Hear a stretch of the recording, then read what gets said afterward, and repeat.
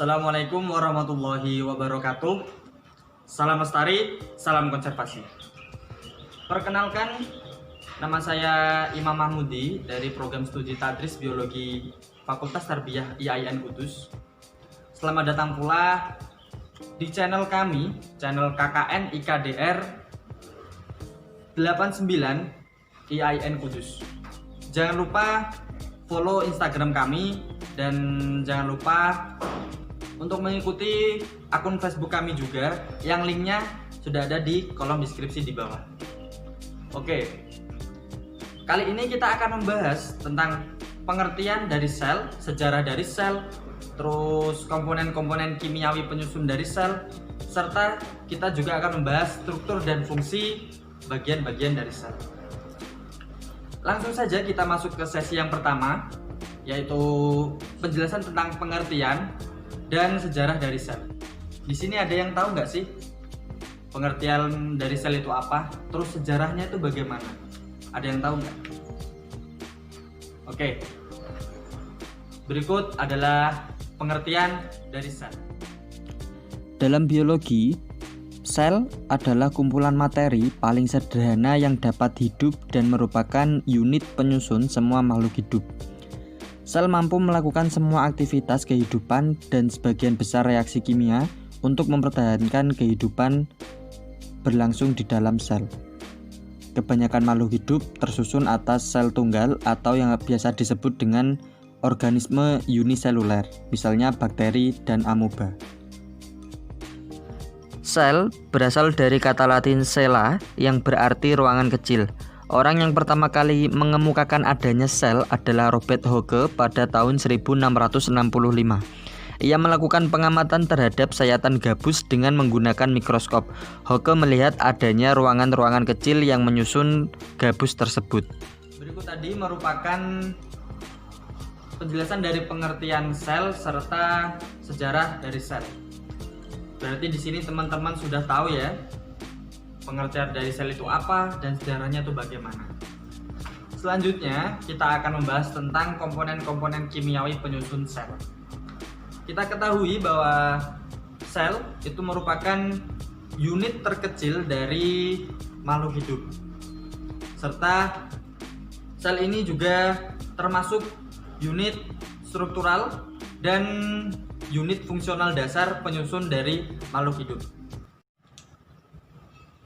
Setiap sel itu tersusun dari membran-membran sel dan sitoplasma yang berisi organel-organel sel. Sel juga tersusun dari komponen-komponen kimiawi berupa karbohidrat, protein, lemak, asam nukleat, serta senyawa-senyawa organik lainnya. Dan berikut ini adalah penjelasan lengkapnya mengenai senyawa-senyawa organik yang menyusun sel.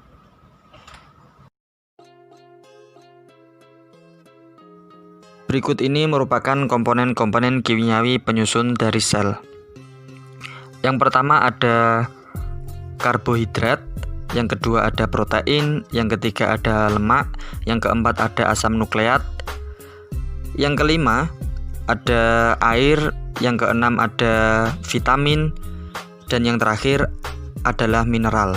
Yang terakhir kita akan membahas tentang struktur dan fungsi bagian-bagian dari sel. Sel ini terbagi menjadi 3 bagian, yaitu membran sel, sitoplasma, serta organel-organel sel. Dan bagian-bagian tersebut mempunyai fungsi berbeda-beda yang dimana fungsi itu sangat penting bagi sel.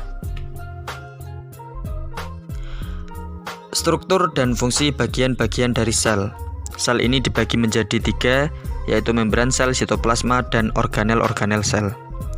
Dan berikut ini merupakan penjelasan dari organel-organel sel. Yang pertama ada nukleus. Bisa dilihat gambarnya. Selanjutnya ada mitokondria dan ribosom. Bisa dilihat dan difahami gambarnya. Yang keempat ada retikulum endoplasma. Setelah itu ada lisosom, badan Golgi, peroksisom,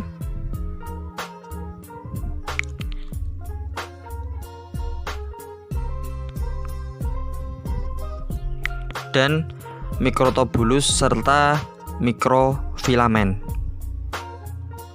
Berikut tadi merupakan penjelasan-penjelasan dari sel, di mana kita harus bersyukur karena dari bagian-bagian terkecil seperti sel tersebut kita bisa ada.